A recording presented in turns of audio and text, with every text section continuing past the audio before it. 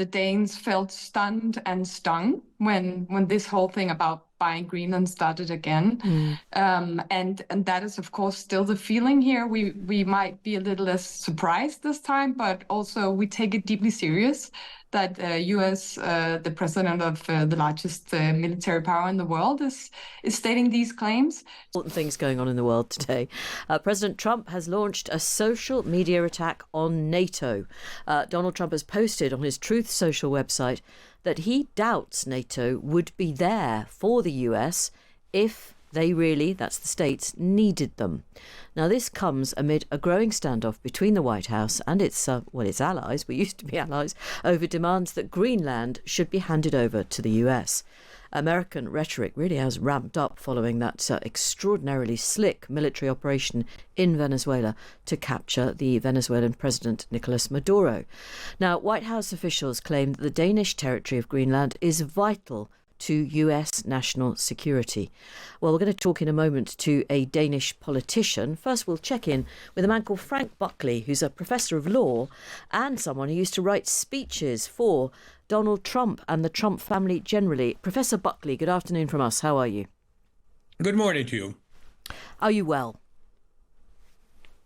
Yes, thank you so much. Excellent. Well, we're just checking in.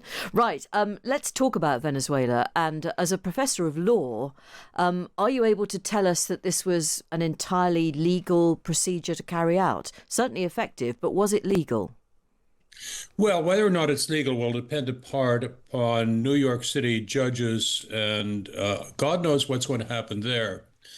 But if what you're talking about is international law, I think what you have to realize is that many Americans, I think certainly a majority, felt immense pride in the ability of the U.S. military to capture Maduro. I mean, for Americans, this is, I think, a little bit like what the Falklands War would have been like for Brits in 1982, right? I mean, after a sense of decline, there was a wonderful feeling that the American military is back. After the fall of Kabul, after the efforts to make the American military more sensitive and more woke, after all of that, we still have the greatest military in the world who can do things no other country can do.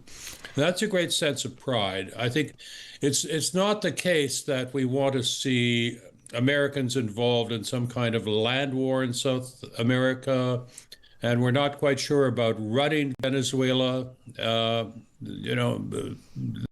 seems too much like fraught with the problems that George W. Bush had. Right. I mean, so there are still many unanswered questions about the short-term future for Venezuela and its people. And the population are saddled with a woman who was a very, very close ally of Maduro. I mean, things for most people are not likely to improve much, are they? Well, we don't know what's going to happen. It's still very much up in the air.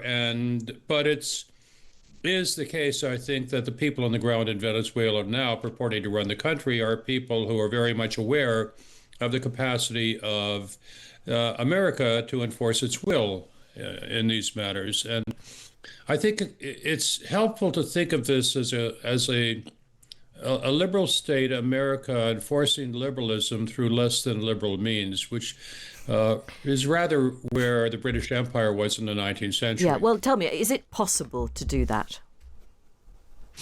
Well, let's see.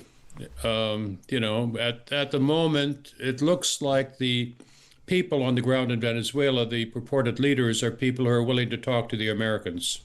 So we don't know where that's going to lead.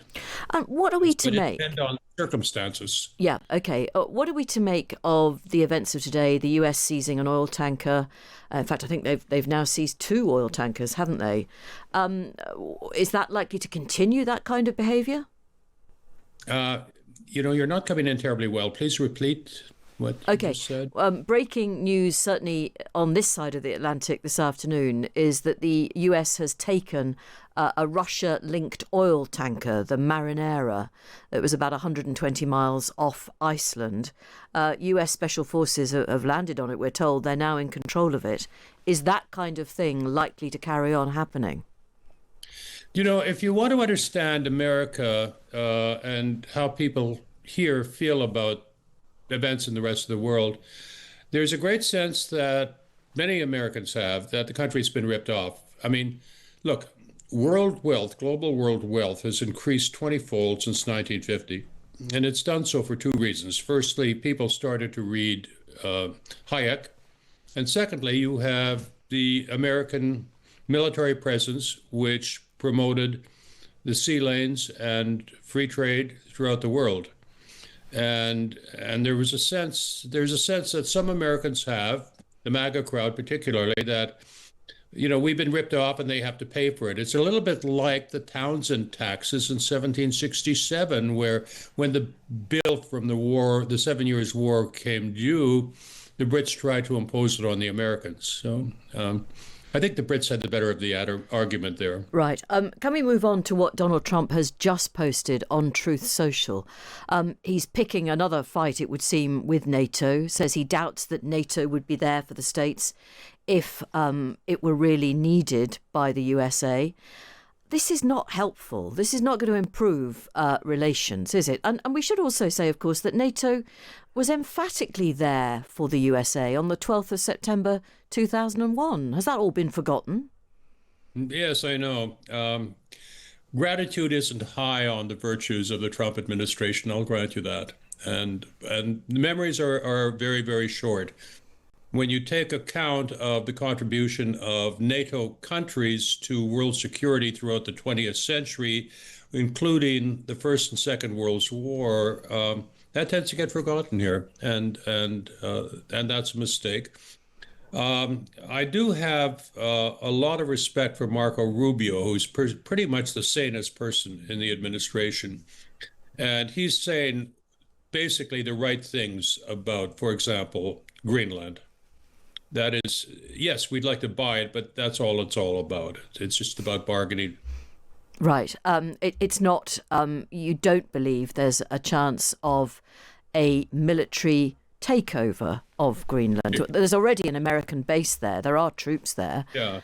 Plenty of people just think, we'll just increase the size of the US military base. Is that a possibility? Well, there are a number of possibilities, including negotiations with Denmark as to the purchase of Greenland. I mean, look, this is what Americans have done throughout their history. They've acquired more property. I'm originally from Canada, so I'm very well aware of the territorial ambitions of the United States, and and Greenland would be just one part of it.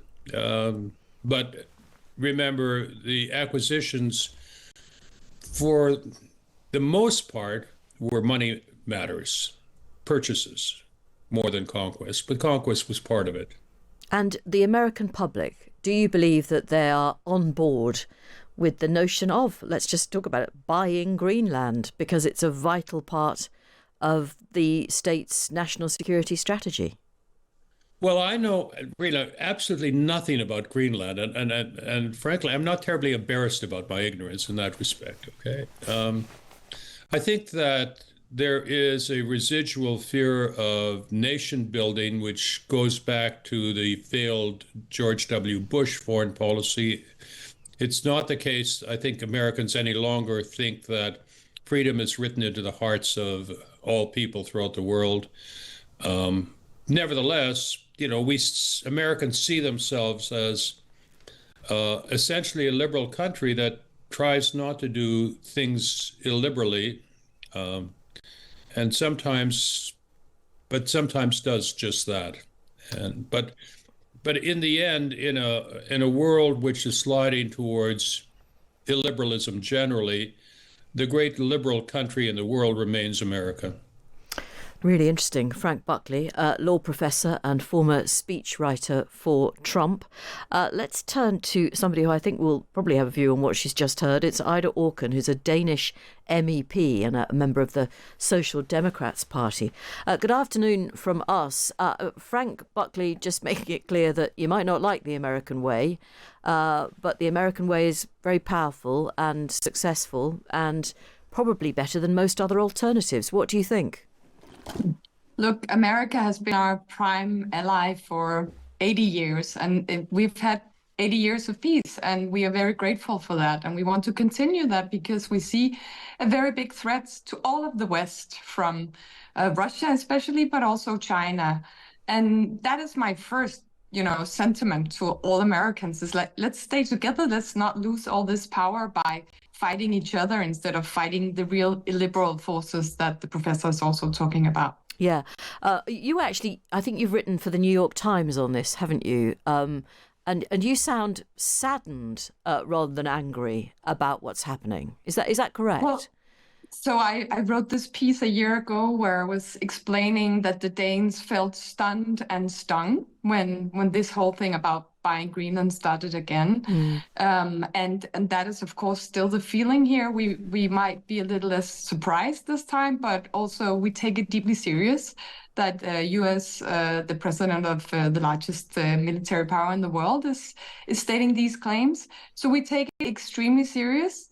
But we also believe that it's the Greenlandic people that are to decide over the future of Greenland. They are a sovereign nation in that sense that they have the right. We have agreement since 2009 that they can decide whether they want their independence.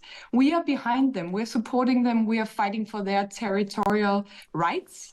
And I'm a bit surprised that a professor of law would speak out on something where he has so little knowledge, to be honest. It was surprising to hear, that kind of, whatever feeling was kind of what I got. For what it's worth, I thought that was interesting too. And I think if a professor of law in America is quite happy to say he doesn't know much about Greenland, it does make you wonder what the average Joe and Joanna in Arkansas know about Greenland, doesn't it, really? And I imagine that to you that came across as somewhat insulting. I just thought it was, it's a bit discomforting that we are not on the same page on just basic facts, One fact is that US can do whatever they want almost in Greenland regarding their national security. So there's no need to buy Greenland. You can save the money, Professor. I mean, there's no need to do it. We've had an agreement since 1951 that US can make all the bases they want. Denmark is investing heavily in the Arctic right now. We are spending around 80 billion Danish kroners. That would be like 8 billion, probably a bit more UK pounds, on new ships, surveillance, drones. We really want the rest of NATO to step up. The Americans, please, we want them to step up because we do no longer consider the Arctic low tension area. No. We've tried to say to NATO, this is no longer low tension area. So please, we are doing our fair share. We hope for the rest to do theirs too. Yeah, but doing all that is still possible without Greenland passing entirely into American control. Is that your belief? Absolutely. I mean, this has been a clear deal between Denmark and Greenland and US. There's a treaty from 1951, and it was a bit contended in Denmark that why are we giving Americans so free hands? But they have had that. And I think that should be, respected from the American side. I also believe that when there's a doubt if NATO would help the US, let me remind you that Denmark lost as many soldiers as the Americans per capita in Afghanistan, Iraq. We went with our allies when they were attacked 9/11. We came with them. We have moms and dads in Denmark who lost their children at war and now have to hear that Denmark is a bad ally and that you won't trust us to come. We've come. Yeah.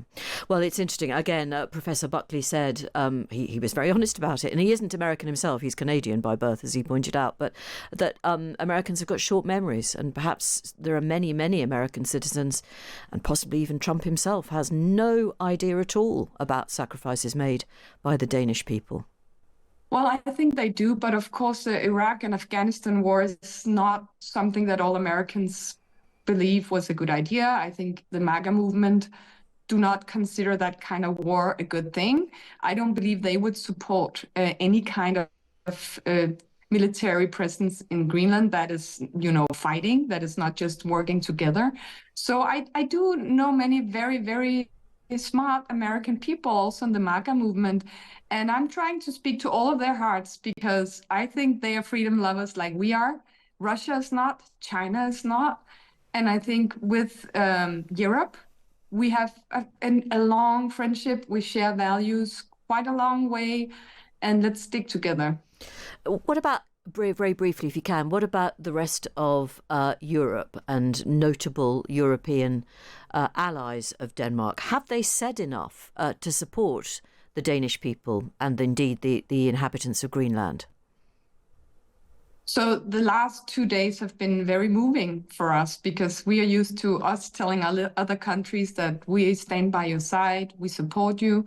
But just watching the joint statement that came out first from France, Italy, UK, Spain, Poland, supporting Germany was also there, supporting Denmark. It's all the large countries supporting both the Kingdom of Denmark, Greenland, of course, being a crucial part of that. The support from the Nordic countries we had, and then Canada yesterday. So we've been confident in the fact that the European countries are behind us. And I think it was Gideon Rackman in Financial Times who said, there is a prize in Europe, the Charlemagne Prize, that you give to someone who really has done a great job to unite Europe. And maybe it should be given to Trump. And I think that's a good thing coming out of this, is really that Europe is sort of getting its act together. In that sense, the Republicans have been right. We should, and even Obama, he's here behind me, said, pay your fees in the NATO. Yeah. Oh, yes. We've not done that. And so they've done a lot to get us to step up in Europe. And this is making me more comfortable in with the support from Europe. Thank you. I mean, I think many people agree that certainly European countries did need to do more to contribute in terms of defence spending. Thank you very much, Ida Aucken, Danish MEP in the Social Democrats Party.